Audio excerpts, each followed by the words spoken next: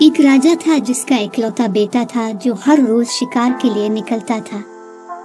एक दिन रानी, इसकी वालिदा ने इससे कहा, अपन तीनों अतराफ में जहाँ भी चाहे शिकार कर सकते हैं, लेकिन आपको कभी भी चौथे नंबर पर नहीं जाना चाहिए। उसने कहा क्योंकि वो जानती थी कि अगर वो चौथी तरफ जाता है तो वो खूबसूरत शहजादी लीबम के बारे में सुनेगा और फिर वो अपने वालिद और वालिदा को छोड़कर शहजादी की तलाश करेगा। नौजवान शहजादे ने अपनी माँ की बात सुनी और कुछ अरसे तक इसकी इताअत की। लेकिन एक दिन जब वो इन तीन अतराफ में शिकार कर रहा था जहाँ इसे जाने की इजाजत थी, इसे याद आया कि इसने चौथी तरफ के बारे में इससे क्या कहा था और इसने जाकर यह देखने का अज़्म किया कि इसने इसे इस तरफ शिकार करने से क्यों मना किया है। जब वो वहाँ पहुँचा तो इसने अपने आप को जंगल में पाया और जंगल में कुछ भी नहीं लेकिन तोतों की एक बड़ी तादाद मौजूद थे। नौजवान राजा ने इनमें से कुछ पर गोली मार दी और एक ही वक्त में वो सब आसमान पर के तरफ उड़ गए। ये उनका राजा था जिसे हीरामान तोता कहा जाता था।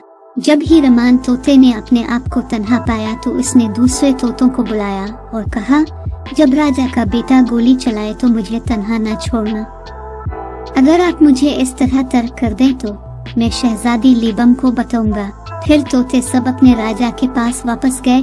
शहजादा बहुत हैरतज़दा था और कहा, क्यों, ये परिंदे बात कर सकते हैं? फिर उसने तोते से कहा, शहजादी लीबम कौन है, वो कहाँ रहती है? लेकिन तोते उसे नहीं बताते थे कि वो कहाँ रहती है। अब शहजादी लीबम के मुल्क कभी नहीं जा सकते हैं, बस इतना ही वो कहा। शहजादा बहुत गमज़दा हुआ जब वो उसे मजीद कुछ नहीं बताते। इसने अपनी बंदूक फेंक दी और घर चला गया। जब वो घर पहुंचा तो वो बात नहीं कर रहा था और न खाना खाता था, बल्कि 4 या 5 दिन तक अपने बिस्तर पर लेटा रहा और बहुत बीमार होने लगा। आखिरकार उसने अपने वालिद और वालिदा से कहा कि वो शहजादी लीबम को देखना चाहता है। मुझे जाना चाहिए, उन्होंने कहा। मुझे देखना चाहिए कि वो कैसी है। मुझे बताओ कि इसका मुख कहाँ है।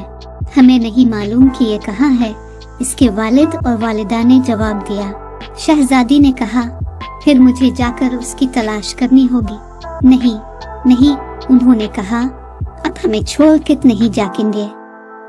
आप हमारे इकलौते बेटे हैं, हमारे साथ रहो। आपको शहजादी लीबम कभी नहीं मिलेगा। शहजादी ने कहा, मुझे कोशिश करनी चाहिए और उसे ढूंढना चाहिए, शायद खुदा मुझे रास्ता दिखाएगा। अगर मैं जिंदा रहा और मैं उसे ढूंढता हूँ तो मैं आपके पास वापस आऊंगा, लेकिन शायद मैं मर जाऊंगा और फिर मैं आपको दोबारा कभी नहीं देखूंगा। फिर भी मुझे जाना चाहिए, लिहाजा उन्हें इसे जाने देना पड़ा। उन्होंने उसके साथ अलहदगी इख्तियार करने में बहुत ज्यादा अफसोस हुआ।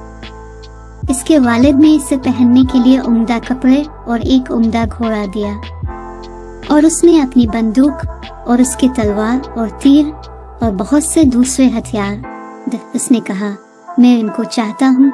इसके वालिद ने भी इसे काफी मिकदार में रुपया दिया। तब उसने खुद अपना घोड़ा सफर के लिए तैयार कर लिया और उसने अपने वालिद और वालिदा को अलविदा कहा और उसकी वालिदा ने रुमाल लिया और इसमें कुछ मीठी चीजें लपेट लें और इसे अपने बेटे को दिया। मेरे बच्चे, उसने इससे कहा, जब आप भूखे हैं तो उनमें से कुछ मीठा खाते। इसके बाद वो अपने सफर पर रवाना हुआ और इस वक्त तक चलता रहा जब तक कि वो जंगल में पहुंच ना सका जिस और मशकूक दरख्त थे। इसने अपने आप को और उसके घोड़े को दरिया में नहा दिया और फिर एक दरख्त के नीचे बैठ गया। अब इसने अपने आप से कहा, मैं अपनी माँ दी गई कुछ मिट्टियों को खाऊंगा और मैं कुछ पानी पीऊंगा और फिर मैं अपना सफर जारी रखूंगा। इसने अपना रुमाल खोला और एक मीठा गोश्त निकाला। उसे इसमें चींटी मिली। इसमें दूसरा बाहर निकाला, इसमें भी चींटी थी। चुनांचे इसने 2 स्वीट मैट जमीन पर रखे और उसने एक और दूसरा, जब तक कि वो इन सब को बाहर ना ले जाता। लेकिन हर एक में उसे चींटी मिली। कोई एतराज नहीं। उन्होंने कहा, मैं मीठा गोश्त नहीं खाऊंगा। चींटी उन्हें खाएंगी फिर चिमटी राजा आया और उसके सामने खड़ा हुआ और कहा, आप हमारे साथ अच्छे रहे हैं। अगर कभी आप परेशानी में हैं तो मेरे बारे में सोचें और हम आपके पास आएंगे। राजा के बेटे ने इसका शुक्रिया अदा किया, अपने घोड़े पर सवार हुआ और अपना सफर जारी रखा। जब तक वो किसी और जंगल में न पहुंचा तब तक वो सवार हुआ। वहां उसने एक शेर देखा जिसके पाँव में कांटा था और दर्द से जोर से गरज रहा था। तुम इस तरह क्यों गरजते हो? नौजवान राजा ने कहा। आपके साथ क्या मामला है? शेर ने जवाब दिया, मैंने 12 साल से अपने पाँव में कांटा लिया है और इससे मुझे तकलीफ होती है, इसीलिए मैं गरजता हूँ। ठीक है, राजा के बेटे ने कहा, मैं इसे अब निकालता हूँ, लेकिन शायद जैसा कि आप शेर हैं, जब मैं निक्का हो तो आप मुझे खाएंगे। ओ नहीं, शेर ने कहा, मैं तुम्हें नहीं खाऊंगा, मेरा मदद करे। फिर शहजादे ने अपनी जेब से चाकू निकाला और कांटे को शेर के पांव से निकाला। लेकिन जब उसने कांटा निकाला, शेर ने पहले से कहीं ज्यादा बुलंद आवाज में गरज लिया, इतना जोर से कि इसके साथियों ने इसे अगले जंगल में सुना। शेर ने अपने साथियों को आते देखा और शहजादे को जंगल में छुपा लिया ताकि उसे न देखे। किसने आपको तकलीफ दी कि अपने इतनी ऊंची आवाज में गरजी? बीवी ने कहा। किसी ने मुझे तकलीफ नहीं दी, शौहर ने जवाब दिया। राजा का बेटा आया और कांटे को मेरे पांव से निकाल लिया। वो कहाँ है? इनकी अहलिया ने कहा, इसे मेरे पास लाको। शेर ने कहा, अगर आप वादा करते हैं कि उसे न मारी तो मैं उसे बालूं। मैं इसे नहीं मारूंगी, सिर्फ मुझे उसे देखने दो, उसकी बीवी ने जवाब दिया। फिर शेर ने राजा का बेटा बालाया और जब वो आया रे, उसकी बीवी ने इसका शुक्रिया अदा किया। फिर उन्होंने इसे अच्छा खाना दिया और वो 3 दिन तक उनके साथ रहा। हर रोज उसने शेर के पांव को देखा और तीसरा दिन ये काफी हद तक ठीक हो गया। तब उसने शेरों को अलविदा कहा और शेर ने इससे कहा, अगर कभी आप परेशानी में हैं तो मेरे बारे में सोचें और हम आपके पास आएंगे। राजा का बेटा तीसरे जंगल में जाने तक सवार रहा। यहाँ उसे 4 जाली चेली मिले जिनके उस्ताद और आका की मौत हो गई थी और उसने 4 चीजें छोड़ दी थी। एक ओढ़ता हुआ बिस्तर, एक बैग, जेवरात, खाना, कपड़े, एक पत्थर का कटोरा जिसमें पानी पीता था और एक छड़ी और रस्सी। 4 जाली पीर 4 चीजों पर झगड़ा कर रहे थे। एक ने कहा, मैं ये चाहता हूँ। एक और ने कहा, आपके पास ये नहीं हो सकता क्योंकि मैं ये चाहता हूँ। और उसी तरह राजा के बेटे ने उनसे कहा, उन चीजों के लिए झगड़ा ना करें। मैं 4 मुख्तलिफ समतों में 4 तीर गोली मार दूंगा। आप में से जो भी मेरे पहले तीर में जाता है, इसमें पहली चीज बिस्तर होगी। जो भी दूसरे तीर में जाता है, इसमें दूसरी चीज बैग होगी। जो तीसरे तीर में जाता है, इसके पास तीसरी चीज कटोरा होगा। और जो चौथे तीर में जाता है, इसके पास आखिरी चीजें होंगी, 2 छड़ी और रस्सी। इस पर उन्होंने इत्तेफाक किया और शहजादे ने अपने पहला तीर को मार दिया। इसको हासिल करने के लिए दूर दराज दौड़ लगाई। जब वो इसे वापस इसके पास लाए तो इसने दूसरा मार दिया और जब वो मिल गए और इसे अपने पास लाया तो इसने अपना तीसरा मार दी और जब वो इसे तीसरा लेकर आए थे तो इसने चौथे नंबर पर मार दी।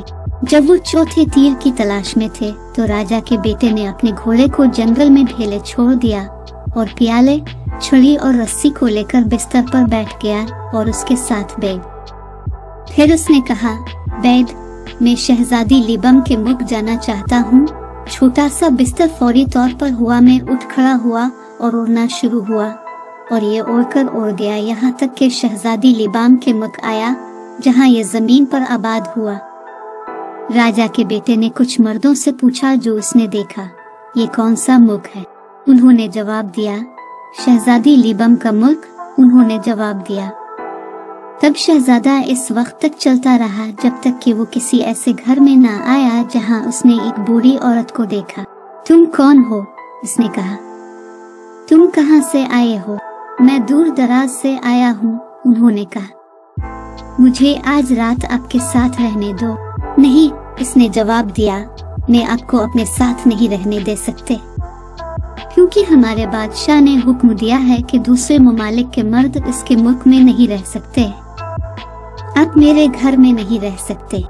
शहजादा ने कहा, तुम मेरी माँ जैसे हो, मुझे एक रात के लिए आपके साथ रहने दो। आपने देखा कि शाम है और अगर मैं जंगल में जाता हूँ तो जंगली जानवर मुझे खाएंगे।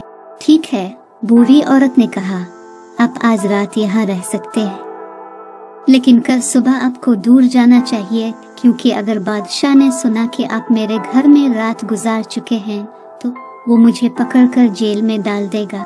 फिर वो इसे घर में रहा। राजा का बेटा बहुत खुश हुआ। बूढ़ी औरत ने रात का खाना तैयार करना शुरू किया, लेकिन इसने इसे रोक दिया। उन्होंने कहा, मैं तुम्हें खाना दूंगा। उसने अपना हाथ अपने बैग में डालकर कहा, बैग में से खाना निकाला, सोने की 2 प्लेटों पर खिदमत की। बूढ़ी औरत और राजा का बेटा फिर एक साथ खाना खा गया। जब उन्होंने खाना खत्म किया तो बूढ़ी औरत ने कहा, अब मैं कुछ पानी लेकर आऊंगा। शहजादा ने कहा, नहीं जाना, आपके पास बड़ा रास्त काफी पानी होगा। चुनांचे उसने अपना कटोरा लिया और इससे कहा, बोविल, मैं कुछ पानी चाहता हूँ, और फिर ये पानी से भर गया। जब ये भरा हुआ था, शहजादा ने पुकारा, चुप। कटोरा और कटोरा भरना छोड़ दिया। देखो, उन्होंने कहा, इस प्याले के साथ मैं हमेशा इतना पानी हासिल कर सकता हूँ जितना मैं चाहता हूँ। इस वक्त तक रात आ गई थी। राजा के बेटे ने कहा, अब चिराग क्यों नहीं रोशन करते हैं?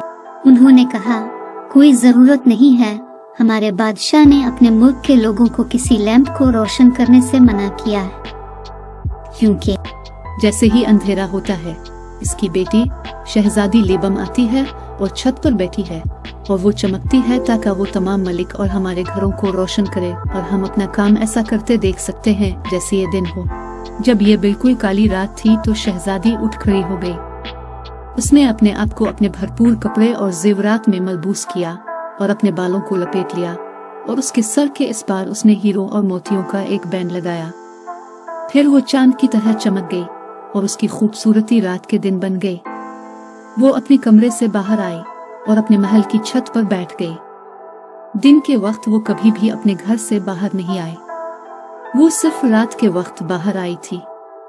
इसके वालिद के मुल्क के तमाम लोग फिर अपने काम के बारे में गए और इसे खत्म कर दिया। राजा के बेटे ने शहजादी को खामोशी से देखा और बहुत खुश थे। उसने खुद से कहा, वो कितनी प्यारी है। आधी रात को जब हर शख्स बिस्तर पर गया था, शहजादी अपनी छत से नीचे आई थी और अपने कमरे में गई थी।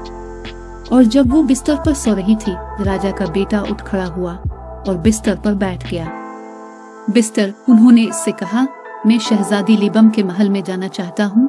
तो छोटा सा बिस्तर उसे कमरे में ले गया जहाँ वो सो रही थी। नौजवान राजा ने अपना बैग लिया और कहा, मैं बहुत बड़ा सामान चाहता हूँ, और उसने इसे एक ही वक्त में बैत एल की मिकदार दी।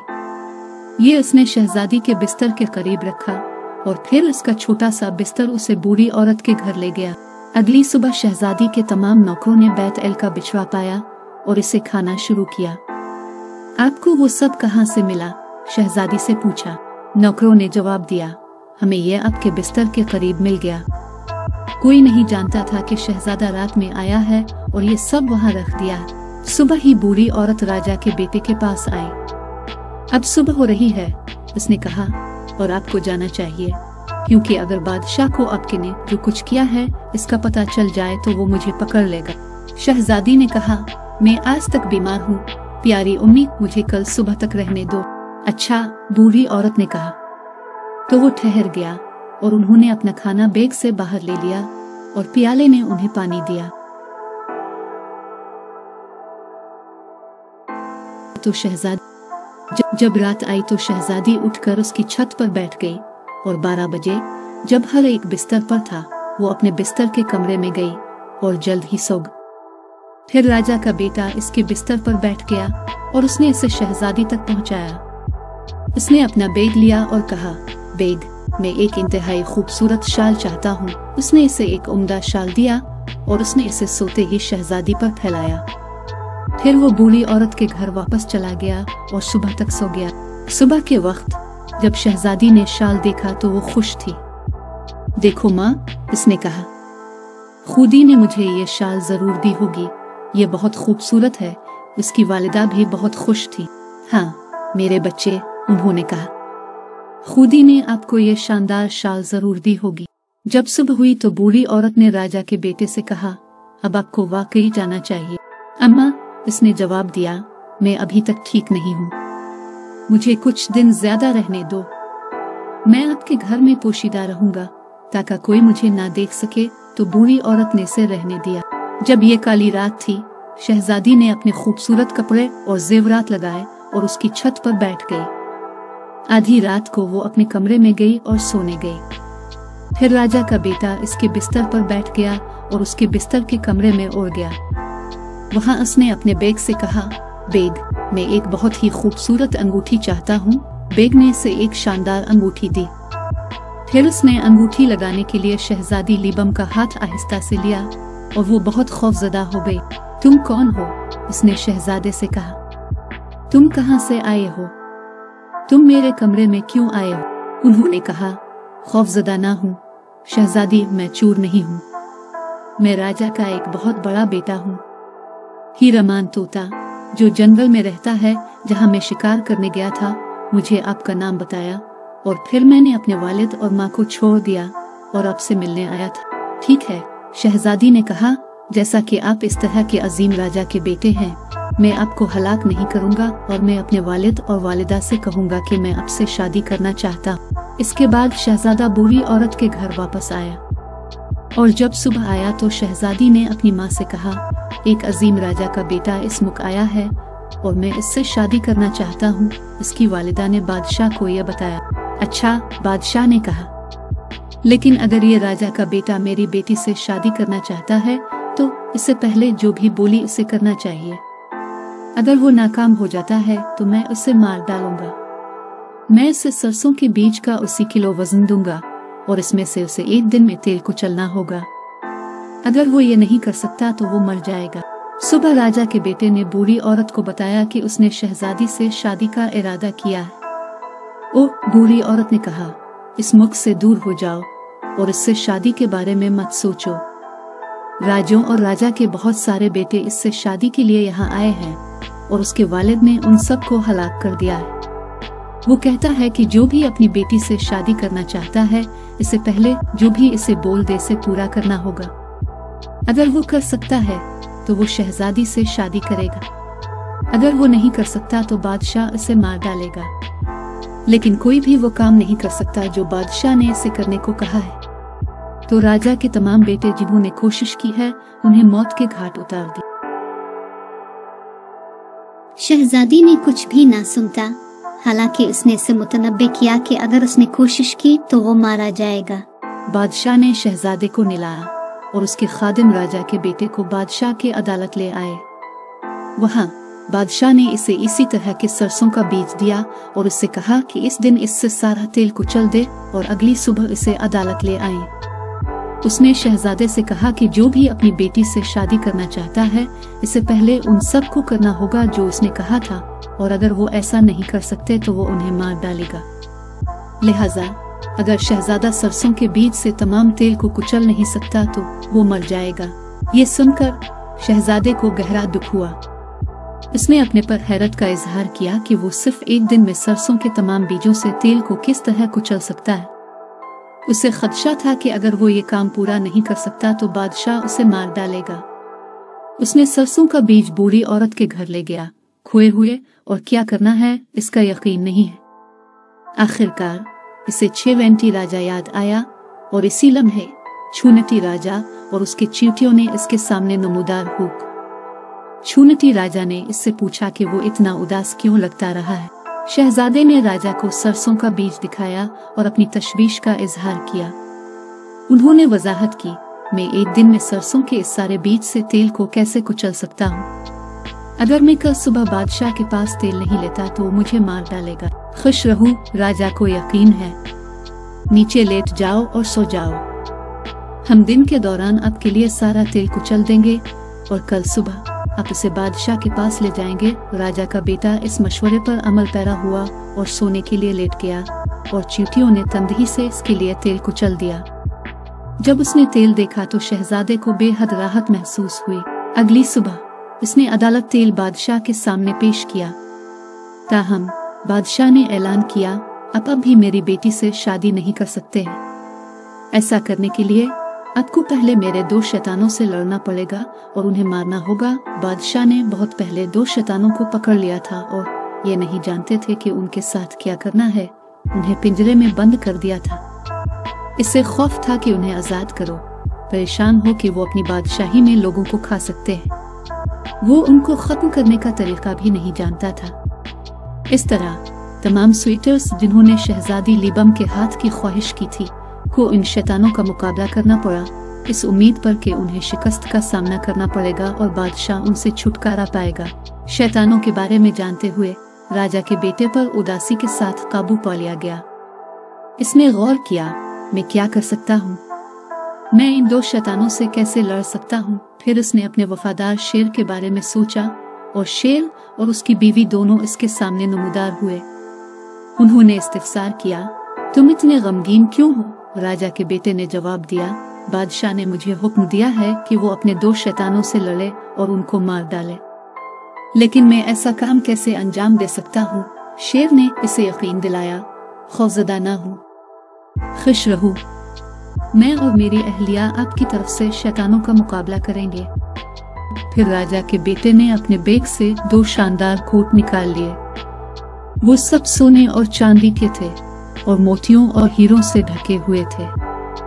उन्होंने उनको खूबसूरत बनाने के लिए शेरों को खड़ा किया और वो उन्हें बादशाह के पास ले गया और इससे कहा, क्या ये शेर मेरे लिए आपके शैतानों से लड़ सकते हैं?